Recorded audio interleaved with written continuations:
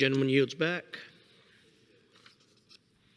Under the Speaker's announced policy of January 24th, 2021, the Chair recognizes the gentleman from Hawaii, Mr. Case, half of the time until 10 p.m., which is 2.5 minutes.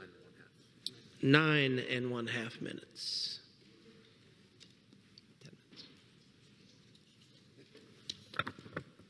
Thank you, Mr. Speaker. I ask unanimous consent that all members have 5 legislative days to revise and extend their remarks and include extraneous material on the subject of this special order. Mr. Speaker, I rise today with my colleagues for so many to recognize and honor a stamp just issued by the U.S. Postal Service that, with stunning simplicity, remembers, recognizes, and honors one of the most remarkable and inspirational stories in the whole of our country's history. A story of tragedy, perseverance, and triumph that is so quintessentially American, that goes so deeply to our essence, that offers the most fundamental lessons that we must never forget. And that is the point of this stamp, that we never forget the story of the Japanese-American soldiers of World War II and their famous motto, which is its own lesson, go for broke. For many of us, the story is well known and has instructed and inspired our own lives. But for a growing number of our fellow citizens of our country and world, it is not. And so permit me just a brief retelling. As World War II loomed, Americans of Japanese ancestry were beginning their 3rd generation, or sansei, in substantial communities, yet they remained largely marginalized because of their race. In my Hawaii, they constituted over 1/3 of our population, yet largely still labored on plantations or worked in small businesses. The same was true on the West Coast, from Washington through Oregon to San Diego. Some Nisei saw war with Japan coming and sought to enlist in our armed services, but they were largely denied out of race and suspicion, and sought to prove themselves through service in the Guard, or in Hawaii, the Varsity Victory Volunteers. Pearl Harbor changed everything. Infamously, over 100,000 Japanese were interned for their race, an indelible stain on our national fabric. And after years of Japanese Americans pushing to be allowed to prove their loyalty by enlisting and fighting, the military finally relented with the 100th Infantry Battalion, the 442nd in the Military Intelligence Service, and the 11399th Engineer Construction Battalion. The rest, as they say, is legend. The 100th and 442nd fought their way through Sicily, through France and Italy, and ended up with the highest number of decorations for their length of service in the history of our military. We honored them in 2010 with our Congressional Gold Medal. But was that enough? Would it all be remembered? 3 Japanese American women in California who themselves had been incarcerated, Fusa Takahashi, Shizuo Hira, and Aiko King, thought not, and they fought a 16-year effort to gain approval of this beautiful stamp from the U.S. Postal Service, impeccably designed by Antonio Alcalia, and it was issued just weeks ago. The design is taken from a 1944 photo in the field of 442nd Private First Class Shiroku Waiti Yamamoto, a Nisei born and raised in the plantation village of Ninole on the Hamakua coast of my home island of Hawaii. Such a fitting tribute, so appropriate. To look into his eyes, you see fatigue, you see commitment, but most of all you see gaman, perseverance through great adversity to a better place. No better fitting tribute could be issued at this point than this stamp. I'm so honored to stand with my colleagues to honor the issuance of this stamp in memory of the Japanese-American soldiers of World War II. I'm honored to be joined by my colleagues here today who will speak also, many of whom labored long and hard with the rest of us towards the issuance of this stamp. First, I yield 3 minutes to my colleague, Mark Takano of California, the second vice chair of the Congressional Asian Pacific American Caucus and chair of the House Veterans Committee.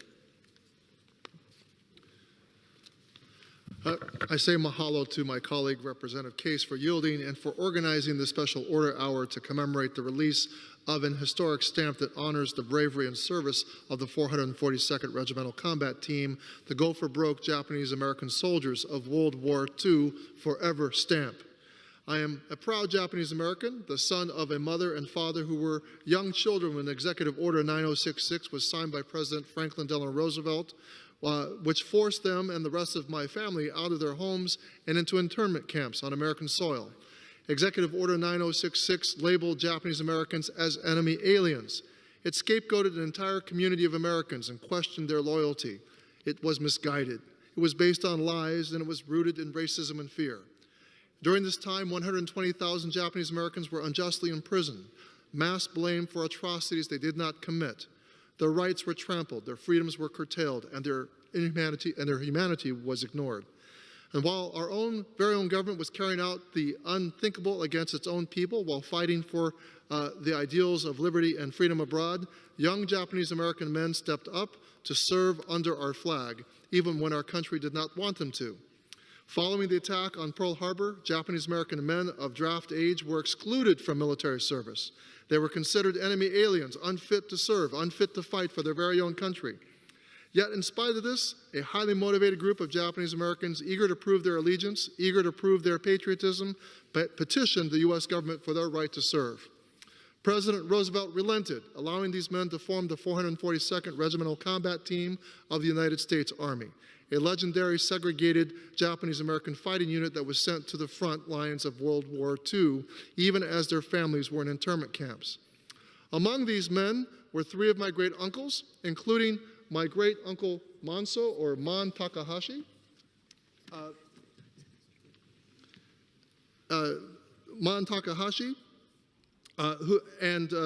who is pictured right beside me.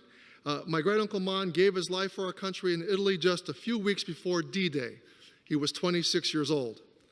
Recently, I rewatched the testimony of his brother, my other great-uncle Nobi, who recounted the story of that day he learned that his brother had died in battle in what he called the final push of the war. Man and so many other Nisei soldiers never had the opportunity to relish the victory that they helped secure, but their valor helped move our world closer to peace. My great-uncle Nobi also shared what it was like to serve in the rescue of the Lost Battalion as a member of the 442nd. The rescue of the Lost Battalion took place in the Vosges Mountains in France in October 1944.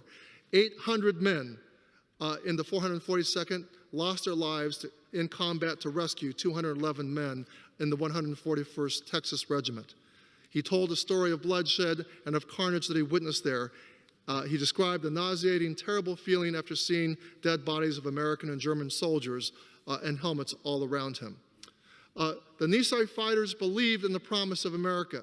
These men were betting on America, and they bet that America could be a more perfect, free, and more equal union. And in the case of my great-uncle Man, he bet his life. And I just want to say that the motto of this unit was "Go for broke," which means to go all in, to bet everything. And this group of men bet on not on the reality of America. The reality then was an America that let Japanese Americans down, that stripped them of their rights and interned them without reason. These men were in a humiliating place to have to prove their patriotism, and they had something to prove, and they did prove it. So I tell the story of my great-uncles and the 442nd with great pride and a strong belief that if it wasn't for them, I would not be a member of Congress today.